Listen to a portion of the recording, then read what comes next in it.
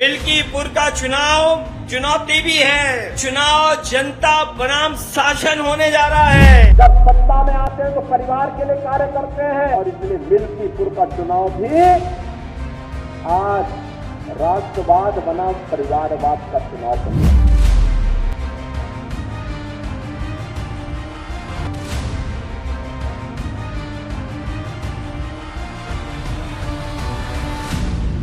मिल्कीपुर के महासंग्राम में बीजेपी और समाजवादी पार्टी ने आखिरी दिन तक पूरी ताकत झोंक दी है। सपा प्रमुख अखिलेश यादव ने मिल्कीपुर में एक सभा को संबोधित करते हुए योगी आदित्यनाथ और उनकी सरकार पर बरस पड़े। अखिलेश यादव ने प्रतिष्ठा की सीट को चुनौती बता डाला। आखिर कौन मारेगा इस सीट पर बाजी? और अखिलेश यादव ने योगी आदित्यनाथ पर अपनी रैली में क्या क्या गंभीर आरोप लगाए हैं जो सीधे तौर पर योगी आदित्यनाथ को जरूर चुभेंगे। उन्होंने क्या क्या कहा है, पूरा मामला जान लेते हैं। उससे पहले और भी खबरें पाते रहने के लिए हमारे चैनल से जुड़ जाइए। वीडियो को अभी से लाइक करके चैनल को सब्सक्राइब जरूर कर लीजिए। समाजवादी पार्टी के अध्यक्ष अखिलेश यादव ने मिल्कीपुर उपचुनाव को जनता और प्रशासन के बीच सीधा मुकाबला करार देते हुए इसे सिर्फ चुनाव नहीं बल्कि एक चुनौती बताया है। सोमवार को चुनाव प्रचार के अंतिम दिन एक जनसभा को संबोधित करते हुए अखिलेश यादव ने कहा है कि मिल्कीपुर उपचुनाव उत्तर प्रदेश की राजनीति के भविष्य के लिए एक मजबूत संदेश देने वाला है। अखिलेश यादव ने आरोप लगाया कि बीजेपी ने हार के डर से मिल्कीपुर उपचुनाव को जानबूझकर टाल दिया था।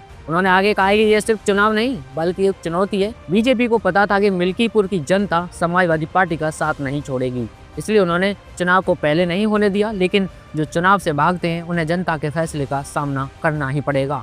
अखिलेश यादव ने प्रचार के अंतिम दिन सोमवार को मिल्कीपुर में सीएम योगी पर तीखे वार भी किए। उन्होंने कहा कि लोग वास्ते से योगी नहीं विचार से योगी होते हैं। सत्य पर चलने वाला योगी होता है, जो सत्य छुपाए वो योगी नहीं हो सकता। मिल्कीपुर विधानसभा के किसान इंटर कॉलेज कल्याणपुर के पास आयोजित चुनावी जनसभा में अखिलेश यादव अपने करीब 1 घंटे के भाषण के दौरान योगी और योगी सरकार पर ही हमलावर रहे। अखिलेश यादव ने कहा है कि मिल्कीपुर का चुनाव अब चुनाव नहीं रहा, यह चुनौती बन गया है। यह जनता बनाम प्रशासन का चुनाव हो रहा है, यह मतदाता बनाम शासन का चुनाव हो रहा है। आने वाले समय का परिणाम मिल्कीपुर से ही जाएगा। महाकुंभ पर बोलते हुए अखिलेश यादव ने कहा है कि महाकुंभ में जो घटनाएं घटी हैं उसकी हम लोग कल्पना भी नहीं कर सकते। यह सरकार रोज आंकड़े उपलब्ध कराती है कि करोड़ों की संख्या में टूरिस्टों ने स्नान किया, लेकिन जो मर गए हैं उनका आंकड़ा नहीं दे रहे हैं। जब पहले सीएम है जो सच्चाई को स्वीकार नहीं करते, जो करोड़ों टूरिस्ट को गिन रहे हैं, उन्हें मृतकों की संख्या गिनने में 17 घंटे लग गए। ऐसा पहली बार हुआ है कि करोड़ों लोगों को स्नान के लिए बुलाया गया और उन्हें बिना स्नान के ही वापस भेज दिया गया। मुख्यमंत्री कहते हैं कि वह सुबह उठकर 3 बजे व्यवस्था की निगरानी करते हैं, लेकिन जब यह हादसा हुआ था तब वे कहाँ थे?